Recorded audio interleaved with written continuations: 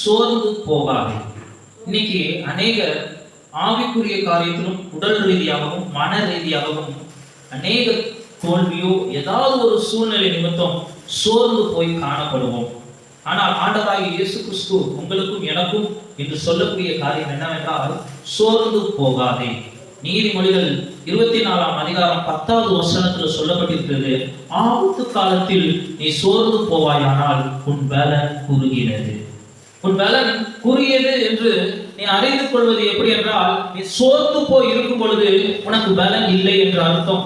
வியாதி எனும் ஆபத்து இருக்கும் போது சோர்ந்து போய் காணப்படுவாய் என்றால், கஷ்டம் எனும் ஆபத்து என்னென்ன பிரச்சனைகள் வந்தாலும் அது எல்லா நேரத்திலும் நீ சோர்ந்து போய் காணப்படுவாய் என்றால் அழகாக சொல்லப்பட்டிருக்கிறது, உன் பலன் குறுகியது, உனக்குள்ள பலன் இல்லை என்று அர்த்தம். ஆனால் ஆண்டவராகிய இயேசு கிறிஸ்து சொல்கிறார், திடன்கொள் என்று சொல்கிறார்.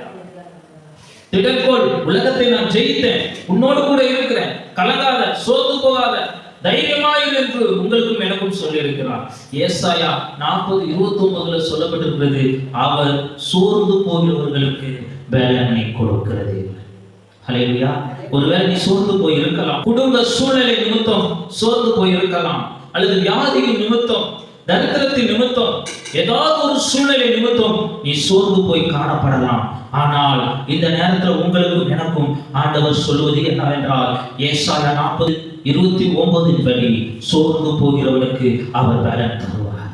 சோர்ந்து போய் காணப்பட்டிருக்கலாம், நீ அவர் சந்நிதியில வா, அவர் சந்நிதியில என் எது நிமித்தம் நீ சோர்ந்து இருக்கிறாய் என்று அந்த இயேசுவின் சந்நிதியில சொல்ல, இயேசு உனக்கு பலன் தருவார், உனக்கு சத்துவத்தை தருவார், அந்த சோர்வுல இருந்து உனக்கு விடுதலையை தருவார், தைரியத்தை தருவார். அந்த எல்லா காரியத்தையும் மறக்க வைத்து புது பலனோடு கர்த்தருக்கு காத்திருக்கிறவர்கள் எப்படி புது பலன் அடைந்து, எப்படி பலன் அடைந்து கழுகு போல உயர எழும்புவார்களோ, அதே போல நீயும் புது பலன் அடைந்து உயர எழும்பும்படி உதவி செய்வார். நீ என்ன செய்ய வேண்டும் என்றால், அந்த சோர்வின் நேரத்துல நீ கர்த்தர் சந்நிதியில வரணும்.